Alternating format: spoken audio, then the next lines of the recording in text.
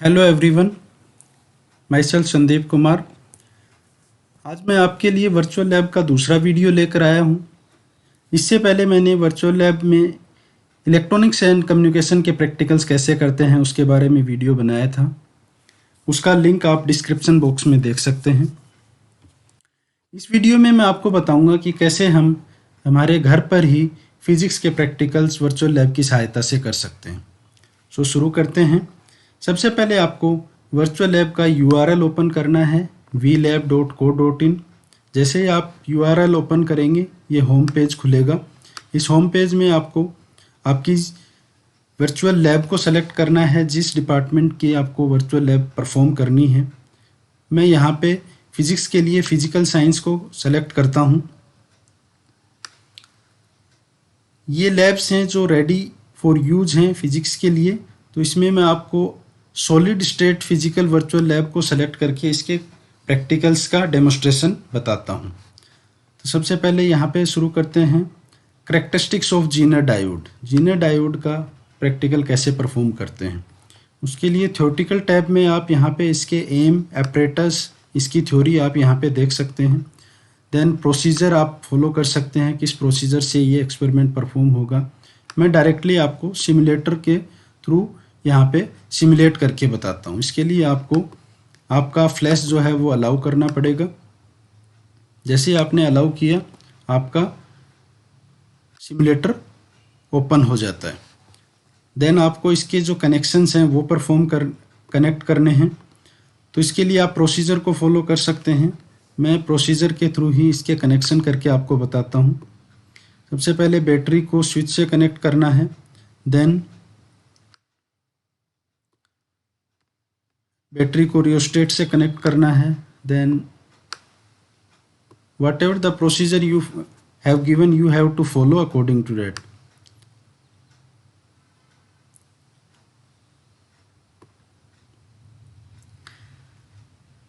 इसमें जैसे आप बटन को क्लिक करेंगे और डेस्टिनेशन पर उसको क्लिक को छोड़ेंगे तो वैसे ही वो वायर कनेक्ट हो जाएगा। और इसमें ये भी अच्छी बात है कि आपका वायर गलत कनेक्ट नहीं होगा। अगर आपको इस वायर को कहीं और कनेक्ट करना चाहोगे तो ये कनेक्ट नहीं होगा, जो इसका डेस्टिनेशन है वहीं पे कनेक्ट होगा।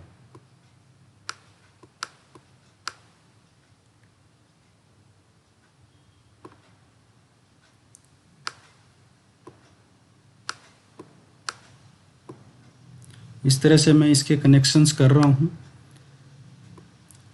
आप इसका प्रोसीजर देख के इसको फॉलो कर सकते हैं, या ऊपर डायग्राम में भी आपको दिखा रखा है, वैसे वैसे आपको इसको कनेक्शंस करना है।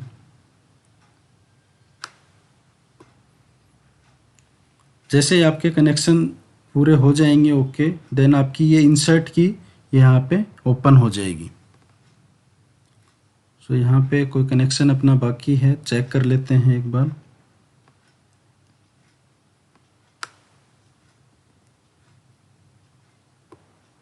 यस, अपने कनेक्शन कंप्लीट हो चुके हैं। तो अपनी इंसर्ट की यहाँ पे ओपन हो चुकी है, तो इंसर्ट की पे क्लिक करना है। जैसे इंसर्ट की पे क्लिक करोगे आपको सीरीज रेजिस्टेंस मांगा है यहाँ पे 300 से 5000 के बीच में। मान लीजिए मैं यहाँ पे कोई वैल्यू 450 इंसर्ट कर देता हूँ। राइट, सारे वोल्टेज जीरो हैं। जैसे ही मैं इसको रियोस्टेट की वैल्यू को चेंज करता हूँ, मेरे इनपुट और आउटपुट दोनों वोल्टेज में वेरिएशंस आ रहा है। मेरे को वो सैचुरेशन पॉइंट निकालना है, जीनर वोल्टेज, जहाँ पे मेरा जो वोल्टेज है आउटपुट वो इनपुट वोल्टेज चेंज करने के बाद सैचुरेट हो जाएगा। तो यहाँ पे आप देख पा रहे हैं इनपुट वोल्टेज और आउटपुट वोल्टेज दोनों के अंदर वैल्यू चेंज हो रही हैं, जैसे जैसे मैं रियोस्टेट की वैल्यू चेंज कर रहा हूँ। और जैसे ही मैंने यहाँ 6.92 से आगे जैसे जैसे वेरी कर रहा हूँ, मेरा आउटपुट वोल्टेज जो है वो कांस्टेंट हो गया है। Right, so in this way we can find that the Zener voltage by changing the rheostat value. You have to write down the values according the changing of the rheostat value. Right. So in this experiment, we prepare two graphs. First one is for input voltage and output voltage, and second one is for changing the load resistance value. इसके लिए आपको क्या करना है, rheostat का वो saturation point निकाल के यहाँ पे आपको फिक्स रखना है और जो लोड रेजिस्टेंस है उसको वेरी करना है। जैसे जैसे लोड रेजिस्टेंस को वेरी करोगे आउटपुट वोल्टेज चेंज हो रहा है, लेकिन लोड रेजिस्टेंस को कितना भी आप वेरी करो आउटपुट वोल्टेज सैचुरेट हो गया है, राइट। तो अपने पास इस तरह से इन दोनों के बीच में अपन एक ग्राफ बनाएंगे। सो बाय यूजिंग दिस एक्सपेरिमेंट अपन ने क्या फाइंड किया, दो ग्राफ जनरेट हुए। फर्स्ट तो इनपुट वोल्टेज और आउटपुट वोल्टेज में, इसमें भी एक जीनर वोल्टेज अपने पास मिला। और सेकंड जो हुआ that is input load resistance और आउटपुट वोल्टेज में, इससे भी अपन एक जीनर वोल्टेज जनरेट कर सकते हैं। तो आज में आपने देखा कितने आसान तरीके से अपन थोड़ा सा प्रोसीजर ऑफ कनेक्शंस को फॉलो करते हुए जीनर डायोड का एक्सपेरिमेंट परफॉर्म कर सकते हैं, राइट। अब मैं आपको दूसरा एक एक्सपेरिमेंट इसका करके बताता हूँ, that is thermistor, characteristics of thermistor. इसमें क्या करना है आपको, अगेन वही टैब खुलेंगे, थ्योरी टैब, प्रोसीजर टैब। इसमें आपको इसकी थ्योरेटिकल पार्ट को रीड करना है। मैं डायरेक्टली इसका सिमुलेटर्स के थ्रू सिमुलेट करके इसको बताता हूँ। कनेक्शंस के लिए again you have to follow the procedure. मैं डायरेक्टली कनेक्ट करके आपको बताता हूँ with the help of the procedure. Wire को कनेक्ट करना है आपको, तो ये मैंने कनेक्ट कर दिए हैं वायर को। अब इसमें आपको टेम्परेचर और रेजिस्टेंस के बीच के एक टेबल जनरेट करनी है। तो टेम्परेचर वेरिएशंस अपना यहाँ पे है और इसका जो रेजिस्टेंस है वो यहाँ पे नीचे आप टेबल में देख पा रहे हैं। तो सबसे पहले आपको यहाँ पे वैल्यू इंसर्ट करनी है। जैसे ही आपका मान लीजिए वोल्टेज यहाँ पे, टेम्परेचर है मेरा 28 डिग्री सेंटीग्रेड, तो मैं वोल्टेज सबसे पहले यहाँ रखूँगा। इस सबसे पहले वोल्टेज को ओपन करना है। जैसे मेरा वोल्टेज है 0.1, तो मेरा टेम्परेचर है इस टाइम पे 28। तो मेरी करंट जो है एमीटर में करंट में देख पा रहा हूँ 1.105। तो मेरा रेजिस्टेंस आएगा 90.4977, राइट। तो इसी तरीके से आपको और वोल्टेज को वेरी करना है। जैसे आप वोल्टेज को वेरी करोगे, मान लीजिए आपने रखा 50 डिग्री सेंटीग्रेड, राइट।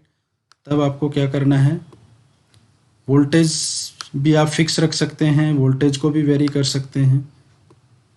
वोल्टेज मान लीजिए आपने रखा 0.2। अब मेरा रेजिस्टेंस कितना होगा वो मैं इस टेबल से जनरेट करता हूँ। वोल्टेज है मेरे पास 0.2, टेम्परेचर है मेरे पास 50, देन मेरी करंट जो एमीटर में शो हो रही है डेट इज़ 4.89। सो मेरा रेजिस्टेंस है डेट इज़ 40.8999। तो इस तरीके से आप इसकी different different value voltage, temperature, current और रेजिस्टेंस के साथ इसकी जो आउटपुट टेबल जनरेट कर सकते हैं। This is all about how we can perform our physics practical using virtual lab. I have to respect your valuable time. I tried my best to explore you about virtual lab physics experiments. If you like, then please subscribe my channel. I will provide you more informative videos. Thank you so much for watching this video.